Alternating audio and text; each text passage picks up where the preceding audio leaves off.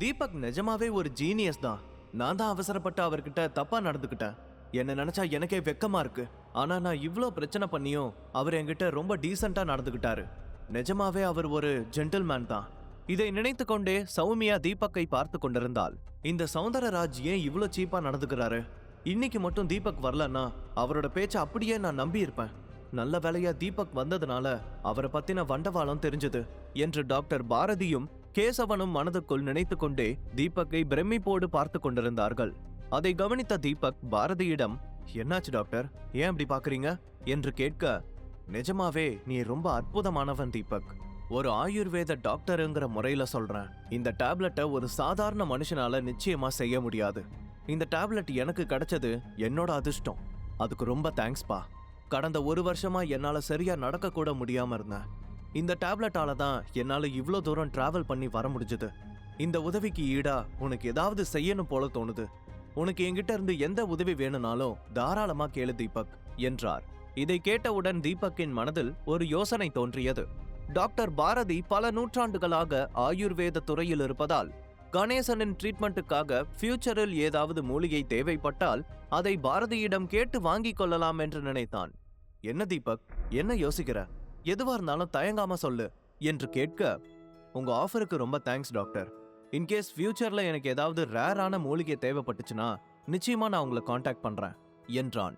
சௌமியா அந்த வார்த்தையை பயன்படுத்தி கொண்டு டாக்டர் பாரதிக்கு அருகில் வந்து நின்று தீபக்கை பார்த்து, கண்டிப்பா தீபக், நீங்க எந்த மூலிகையை கேட்டாலும் அதை ஃபாஸ்டா ரெடி பண்ணி கொடுக்க வேண்டியது என்னோட பொறுப்பு என்று சொல்லிவிட்டு ஒரு சிறிய தயக்கத்தோடு, திரும்பவும் ஒரு தடவை நான் உங்ககிட்ட சாரி கேட்டுக்கிறேன், என்ன மன்னிச்சிடுங்க, நான் உங்ககிட்ட அவ்வளோ மோசமா நடந்திருக்க கூடாது, ஐம் சாரி என்று அப்பாவியாக கூறினாள். தீபக்குக்கு உதவி செய்வதன் மூலம் அவன் தயாரிக்கும் மாத்திரைகளை பெற்று அதன் மூலம் மக்களுக்கு உதவி செய்ய முடியும் என்றும், அதே நேரம் அந்த மாத்திரைகள் மூலம் கணிசமான லாபத்தை சம்பாதிக்க முடியும் என்றும் சௌமியா நினைத்தாள். இப்போது சௌமியாவின் கண்களில் ஒரு பிரகாசம் தெரிந்தது. ஆனால் இந்த நேரத்தில் தீபக்கின் கவனம் சந்தானத்தின் மீதுதான் அதிகமாக இருந்தது. சந்தானத்தை செக் பண்ணி பார்த்த தீபக் அவருடைய உடல்நிலை இப்போது நன்றாக இருப்பதாகவும் சீக்கிரமாக அவர் குணமடைந்து விடுவார் என்பதையும் புரிந்து கொண்டு சந்தோஷப்பட்டான். அப்போது தீபக்கின் பார்வை கடிகாரத்தின் மீது விழுந்தது. அச்சச்சோ, நான் வந்து இவ்வளோ நேரம் ஆயிடுச்சா? டைம் போனதே தெரியல. வீட்டுல ஆன்ட்டி என்ன பிரச்சனை பண்ணிட்டு இருக்காங்கன்னு தெரியலையே. பாவம் ஷர்மிளா எப்படி அவங்கள சமாளிச்சிட்டு இருக்காளோ.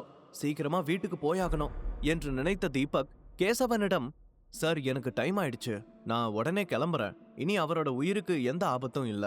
இன்னும் கொஞ்ச நேரத்துல அவர் கண் முழிச்சிருவாரு. அது வரைக்கும் இங்க இருந்து அவரை பார்க்கணும்னு தான் எனக்கும் ஆசையா இருக்கு. ஆனா எனக்கு ஆல்ரெடி லேட் ஆயிடுச்சு. நான் இன்னொரு நாள் அவரை பார்க்க வரேன். நான் வரும்போது ஷர்மிளாவையும் கூட்டிட்டு வரேன். ஷர்மிளாவும் அவரை பார்க்கணும்னு ரொம்ப ஆசைப்பட்டா. நான் கிளம்புறேன் சார். இதை சொல்லிவிட்டு கேசவன் மற்றும் சித்தார்த்திடமிருந்து விடை பெற்று கொண்டு தீபக் அங்கிருந்து புறப்பட, ஒரு நிமிஷம் நில்லு தீபக், நாளைக்கு ஒரு சின்ன மீட்டிங் இருக்கு. நான் உனக்கு அட்ரஸ் சென்ட் பண்றேன். அந்த மீட்டிங்ல கன்ஸ்ட்ரக்ஷன் ஃபீல்டுல பாப்புலரான சில முக்கியமான விஐபிஸ் கலந்துக்கிறாங்க. அந்த மீட்டிங்ல நீயும் கலந்துக்கிட்டா நல்லா இருக்கும். அவங்க எல்லாருக்கும் நான் உன்னை இன்ட்ரடியூஸ் பண்ணி வைக்கிறேன் என்றார் கேசவன். முதலில் அதை மறுக்க நினைத்த தீபக் பிறகு அவர்களால் ஷர்மிளாவுக்கு எதிர்காலத்தில் ஏதாவது பயன் கிடைக்கும் என்று நினைத்து அதை ஏற்றுக்கொண்டான். ஓகே சார், நான் கண்டிப்பா வரேன். இப்ப நான் கிளம்பட்டுமா என்று கேட்க அவரும் சரி என்பது போல தலையை அசைத்தார். தீபக் அங்கிருந்து புறப்பட்டான். ஆல்ரெடி ரொம்ப லேட் ஆயிடுச்சு. வீட்டுக்கு போனா ஆன்ட்டி என்ன கேள்வி கேட்டு கொன்னுடுவாங்களே.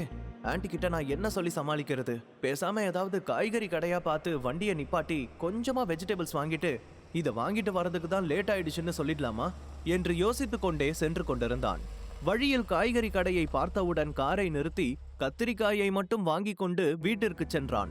ஏனென்றால் கீதாவிடம் பேச்சு வாங்க அவனுக்கு இன்ட்ரெஸ்ட் இல்லை. அவன் வீட்டுக்குள் நுழைவதற்கு முன் கேசவனிடமிருந்து தீபக்குக்கு ஒரு கால் வந்தது. அவர் சந்தானத்தின் உடல்நிலையில் முன்னேற்றம் ஏற்பட்டிருப்பதாக கூறினார். தீபக் போனை வைத்துவிட்டு வீட்டிற்குள் நுழையும் போது லிவிங் ரூமில் எல்லோரும் டென்ஷனாக இருப்பார்கள். கீதாவால் பெரிய ரகளை நடக்கும் என்று நினைத்திருந்தான். ஆனால் எல்லோரும் அமைதியாக அமர்ந்திருந்தார்கள். ஷர்மிளா கூட ஒரு மூலையில் அமைதியாக அமர்ந்திருந்தாள். தீபக் அவர்களை நெருங்கி வந்து, என்னாச்சு அங்கிள், ஏன் எல்லாரும் அமைதியா இருக்கீங்க? ஷர்மி, ஏதாவது பிரச்சனையா என்று கேட்டான். தீபக்கை அவமானப்படுத்த ஒரு சிறிய வாய்ப்பு கிடைத்தால் கூட கீதா அதை தவறவிட மாட்டார் என்பது எல்லோருக்குமே தெரிந்ததுதான்.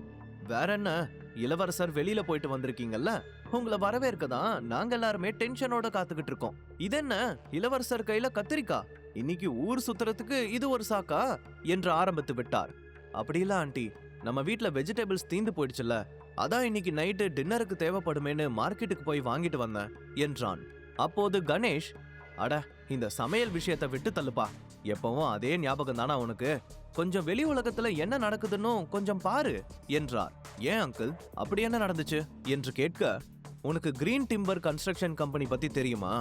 அது நம்ம சிட்டில one of the popular construction company என்று சொல்ல, அந்த பெயரை கேட்டவுடன் தீபக் எதையும் வெளிக்காட்டி கொள்ளாமல், தெரியும் அங்கிள், இப்போ அந்த கம்பெனிக்கு என்ன என்று கேட்க, இன்னைக்கு திடீர்னு அந்த கம்பெனி திவால் ஆயிருச்சு. அவங்களுக்கு கடன் கொடுத்தவங்க எல்லாரும் அந்த கம்பெனியோட சிஇஓ பார்த்தசாரதி கிட்ட பணத்தை திரும்ப கேட்டு டார்ச்சர் பண்ண ஆரம்பிச்சிட்டாங்க. பேங்க்ல இருந்தும் பிரஷராம். அதனால அவர் இன்னைக்கு காலையில சூசைடுக்கு ட்ரை பண்ணிருக்காரு. எப்படியோ அவரை எல்லாரும் காப்பாத்திட்டாங்க என்றார். பார்த்தசாரதியை போன்ற பண பிசாசுகள் பொதுவாக மக்களின் உயிரை தான் எடுப்பார்கள். ஆனால் என்றைக்காவது ஒரு நாள் அவர்களுக்கு இப்படி ஒரு நிலை வரும் என்று தீபக்கிற்கு நன்றாக தெரியும். ஆனால் இதெல்லாம் வெறும் டிராமாதான் என்று அவனுக்கு புரிந்தது. அவனுக்கு பார்த்தசாரதி மீது எந்த அனுதாபமும் ஏற்படவில்லை.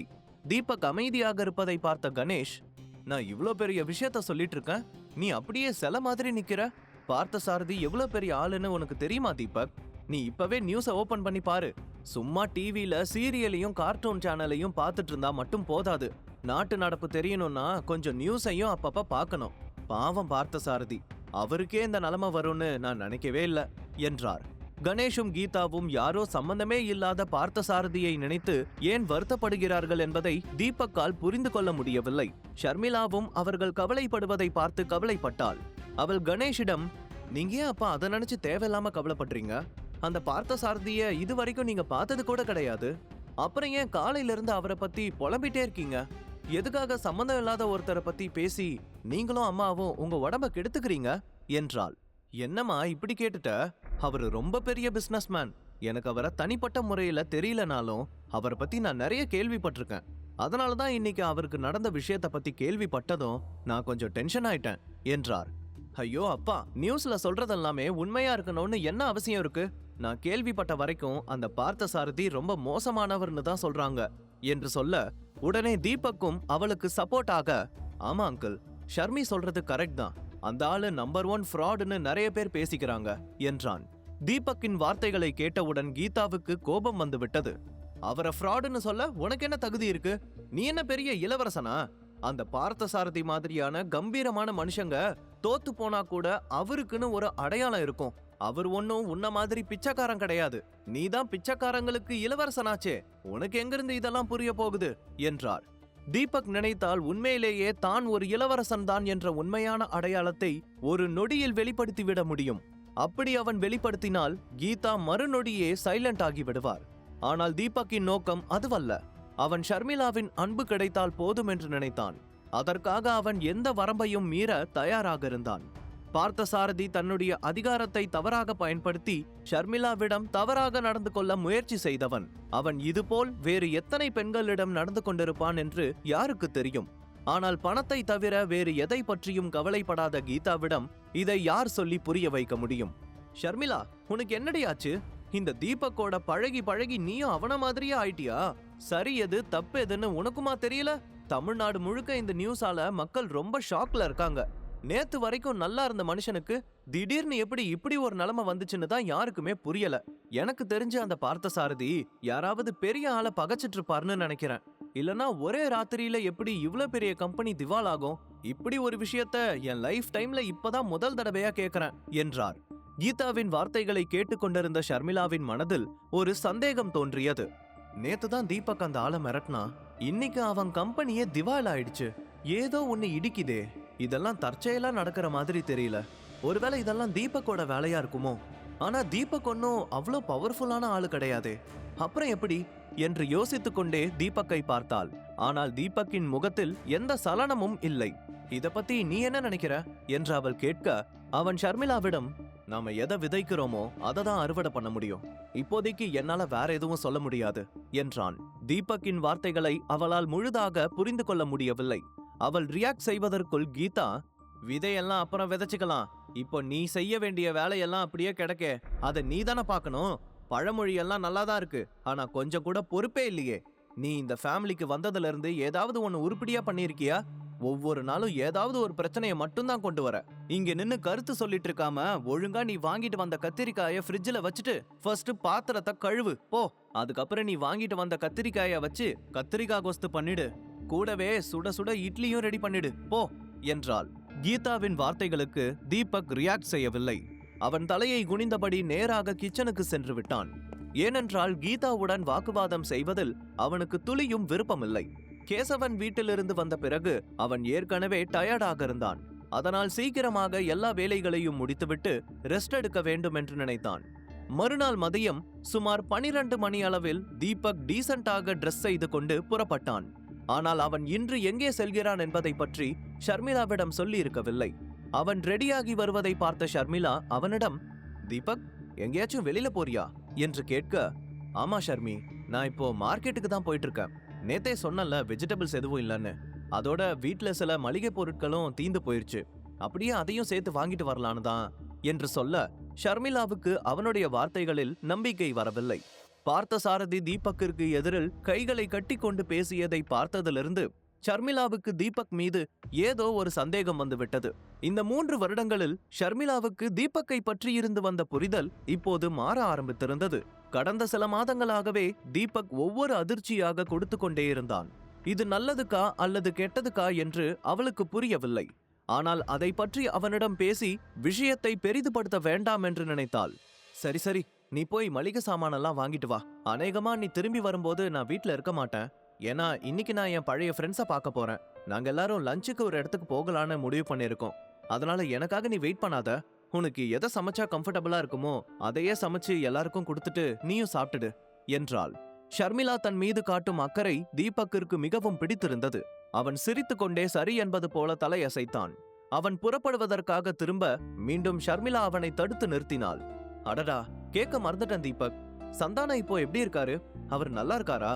நேத்து பார்த்த சாரதி பிரச்சனையை பத்தி யோசிச்சதால கேட்கவே மறந்துட்டேன் என்று கேட்க, இப்ப கொஞ்சம் நல்லா இருக்காரு ஷர்மி.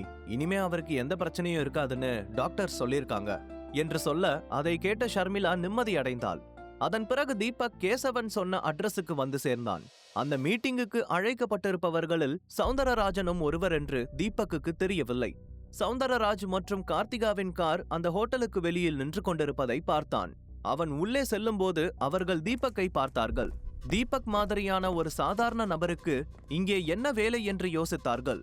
அவர்களுடைய சந்தேகத்திற்கு தீபக் என்ன பதில் சொல்ல போகிறான்? முழு கதையையும் கேட்டு மகிழ பாக்கெட் FM ஆப்பை டவுன்லோட் செய்யுங்கள். லிங்க் டிஸ்கிரிப்ஷனில் கொடுக்கப்பட்டுள்ளது.